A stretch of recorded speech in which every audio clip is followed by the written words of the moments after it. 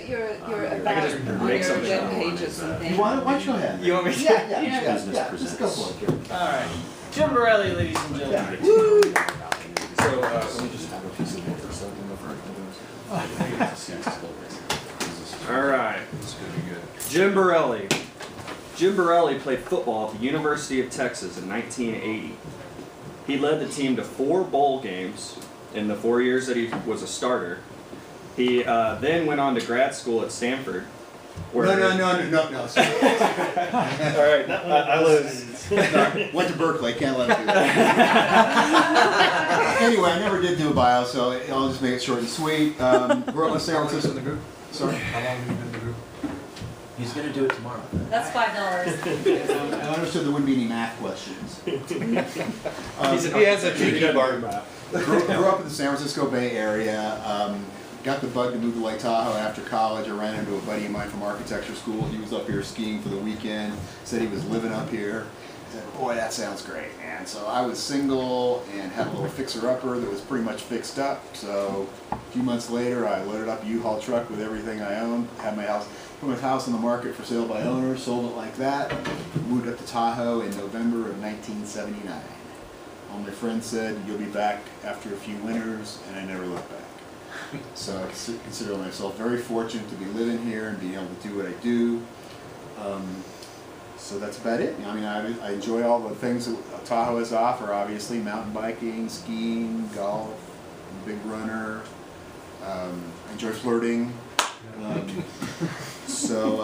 What I thought I'd do today is just kind of run through my website and kind of show you, which is relatively new, and I can kind of show you a few of the things that I've done, and also kind of show you a little bit of how it's set up and how I think maybe you might be able to take away some ideas from it. On the homepage, we have a number of projects that just kind of keep rotating in a slideshow of various projects. Then we always have a few featured ones up here that you can click on, obviously, and look at and see more information on them. At the top, we've got information on the team, which and my wife Kelly, who does interior design, also has a little blurb on here and a link to her website. A description of the types of services that we offer, just basic architectural services, permit processing, and so forth, and a little bit about our design philosophy. Projects is divided up into residential, commercial, and projects that we have underway. And testimonials is something that I'm really glad that we put into place, and I think a lot of you could benefit from doing this. And kind of back to the point we were talking about a little bit earlier, where I find that having this on there, a lot of times clients don't necessarily ask me for referrals or references anymore, because they feel like if they just go through these, they can see that I've got several people that have been happy with my services and so forth. And they're not dying to do any more homework on it than I am either. So testimonials, I think, is great. And I've got them from not only from clients, but then when you get down here, I've also got them from builders that I've worked with, and I've got several of them. So a lot of times at the end of the project, I'll ask someone to write a testimonial for me, either the property owner or the builder. And then obviously, if we've got photos of it, then we insert that there as well. And then contact, and then also, I've learned a lot about how to keep your website fresh. You have to keep adding new content, otherwise it just drops down further and further in the Google rankings, and when people Google Lake Tahoe architects or whatever, you're not going to be on the first page. So if you keep adding content, it keeps your website fresh. So I've got not only projects only get completed so quickly. So the other way to do it is, Lee from our group is helping me with, she writes a design blog for me. And every month she does a little blurb on something. The first one we did was, explaining what an architect does. And we did another one on products for homes in fire-sensitive areas, which of course Lake Tahoe is. Did another one on the complexity of, and we'll just kind of brainstorm ideas, and this was one where we thought, you know, Lake Tahoe is really kind of a unique area. We've got the state line going right down the middle of the lake, so we're in 2 states. We have 4 individual counties, 2 in each state around the lake. So there's a lot of municipal, and then obviously TRPA over all that. So we've got a lot to deal with in terms of processing permits and getting approvals and being familiar with all these different agencies. So we wrote a blog on that. So anyway, let me walk you through just a few of the projects. I do a lot of residential remodel. Most of my work is residential, although you'll see a few commercial projects that I've done in here. And a lot of the residential work is major remodels and additions, because the incline obviously has been basically built out for a number of years. So the majority of the work in this town is either a major residential remodel addition or a complete teardown where you start all over, and then you are really getting the opportunity to do a new house. So on residential, I can show you a few of these. This is actually a remodel that I did for Jeff Poindexter from our group, and that's how I met the Poindexters. And it was a fairly significant remodel addition on Woodridge. You can see on the left what the house used to look like. Oops, how do I keep from doing that? On the left what it used to look like. So we redid the front, did a new entry, and then we also add on all this stuff over from here over is all new, and it expands the kitchen dining area, and then opened up a nice big great room for the interior. But it turned out really nice, and they couldn't be happier with it. That wasn't the one that got hit by a truck, was it? And he hasn't even done the garage No, yet. no, it's not. Sorry. There's a garage addition that he's building right here. He did it in phases. So the garage addition over here that turns that into a double-car garage is currently under construction. And this is a pretty straightforward, simple addition. It was just a simple tie-in of a cross gable on the side and a little pop-out for the entry. But they've got really good taste, so the interior turned out great. It's pretty contemporary and clean, and it just, the stuff photographs just awesome.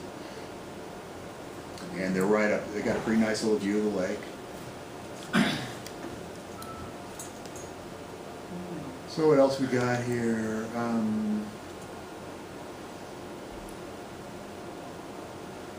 This is a new construction project in Marty's Camp. And one of the things I've done, and I'm adding this to my in the works section that you saw for projects that I'm currently working on, because I finally decided one way to get something on the website sooner, rather than waiting for a project to be completed and when you can photograph it, is to, some of my projects are not done in 3D modeling, in which case you don't really have a 3D model. But I've got a guy that does these for me relatively inexpensively, and he basically does this kind of flyover thing.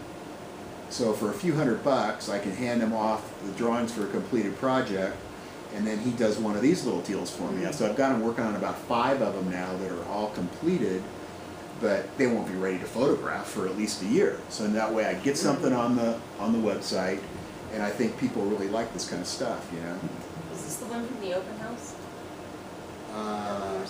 There was a, right, you came to that, exactly, yeah. That looked cool. And let's see what else we got.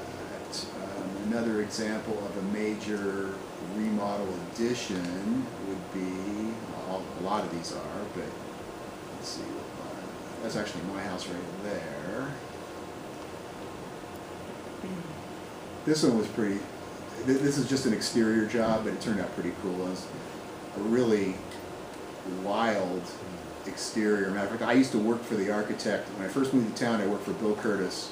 He was a local architect, and he was, and he did the original, this was his original design, which is, for the 70s, I guess that was considered kind of cool, right? What's the name Is of that the house on Tyner? Correct. What's Yes. the name of the homeowner? Gene Looney.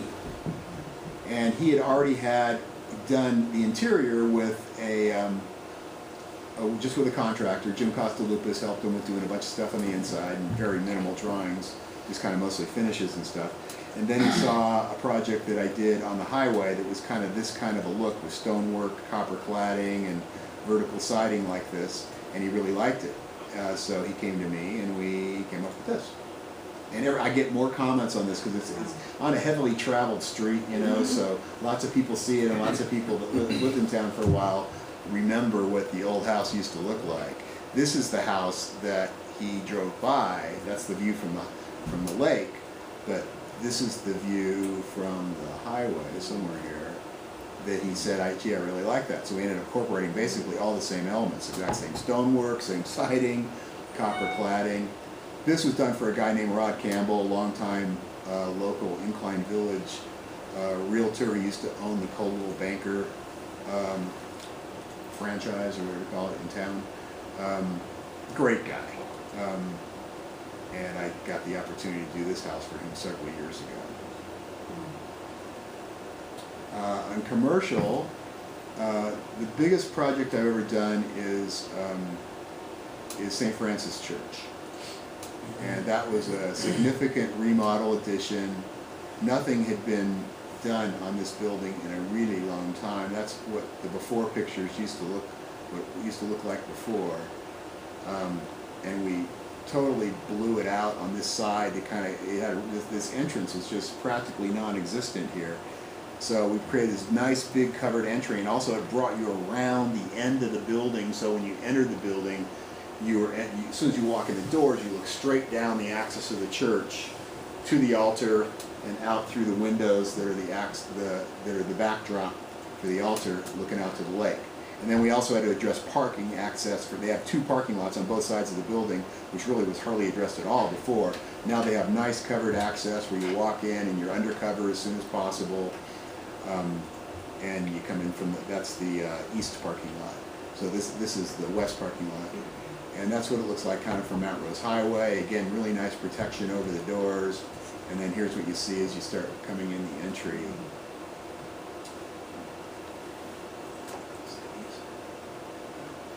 And we really didn't do much to the interior, other than just new finishes and so forth. And the obvious addition, what it used to be before was when you walked in, it was really kind of off to the right here and off to the left. We now have 2 wings that are kind of unified with the central area, but it used to be these kind of legs that came off where if you were sitting in these pews here and you were like halfway back, you couldn't even see the people on the side. So it really split up the whole church. And now it's all kind of, we added seating, but then we also opened the whole space up. And, you know, the views are just killer from this church. We recycled, these were all original stained glass windows that were in the original building that we sent out and had them completely restored and encased in the exterior windows. They got vandalized a couple of months ago, as some of the other churches. So that's that one, and then some other commercial, you know, years ago I did a remodel. This was a remodel project. I'm still looking for some old before pictures. I may well find them. This was a design for actually a property that Kelly and I own in Kings Beach. It's a little cabin that's next to the old movie theater. And, you know, we got permits and everything for it, but I don't know whether or not we'll ever actually build it. I have no idea. It's kind of pre-2008 vision. So that's about it. How much time do I have left? You have 4 minutes. This is a pretty cool remodel, again, before and after. One of the things that's really fun about remodel projects is being able to look back at what they look like. A lot of times after they get finished, I really almost forget what it looked like before. But that was the before picture on this one from the beginning. We added on a garage over here, and then added on some square footage out in this area here for an entry. And again, it just turned out really great because the guy has, he lives in Sacramento, and this is a vacation house. Lots of pictures taken at like at dusk and in the morning. What's with that? It's an architect It's an thing. architect. Buildings just look better at that time. Yeah. Especially with exterior lighting. Yeah, and you can get the lighting glowing. Yeah, Dale told you. Yeah. Oh, I gotta show you the one that Dale did. Dale, this one I don't have any interior pictures because the client is finishing the inside himself, so it's Photoshop. taking a while. But it should be in here somewhere. God, it should be right there. I think you went by it. It's not in these projects. It should be. Oh, Well, it was a rental. it was in the So would it be slideshow. in the Yeah, it works?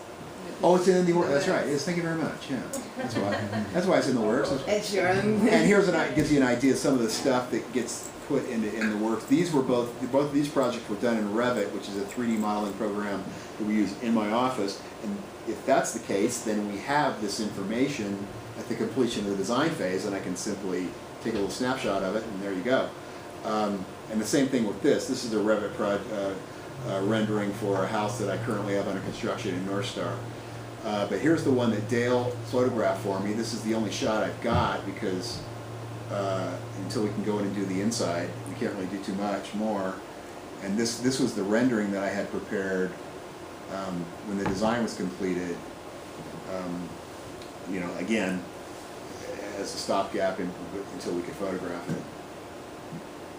So that is about it.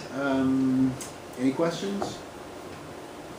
Do you do any architecture for people who aren't millionaires? No. You know, a lot of this stuff is not, a lot of this stuff, and I didn't even go through some of those, but there's plenty of stuff in here that is for working people of modest means.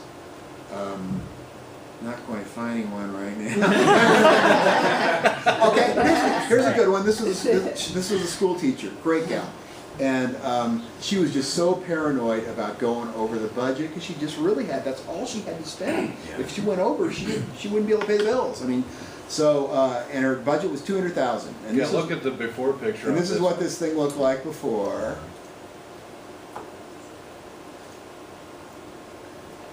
It was just, it was a mansard roof. But if you rip off this roof, all there is just a big 2-story box.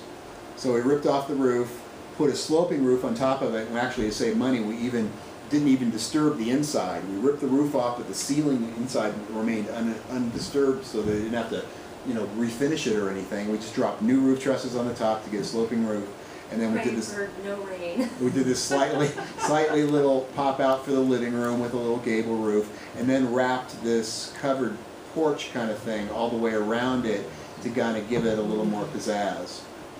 But these photos are a little hot. But anyway, that was a really modest budget, a couple $100,000 bucks. I think the builder came in right on. So yeah, you know, they're not. And I'm working on a garage addition right now. I mean, I do all kinds of different stuff. This was actually a house that I did for my wife's parents, my in-laws, in Tubac, Arizona. Here's the before pictures on this. 60s ranch style. And again, the before, Wow. that's on the back. Oh, that's cool. And again, it's kind of the same thing, you know, you just rip off all the overhangs and all the stuff and get it down to the box. And then, you know, these pieces are, you know, obviously the covered porch and just brought some Southwest style to it. Yes, sir. Really important question. Have you got to play Martis Camp golf course? I have not. I could do it if I could push it. I got ways to get in there if I really wanted to push it. Yeah, well, you should push that and bring you. I hear it's awesome. Oh yeah, it is. Especially Just this saying. one. Yeah, maybe we can get on right now. Yeah, exactly. Anybody else? Thank you very much. Sure, I'll go too.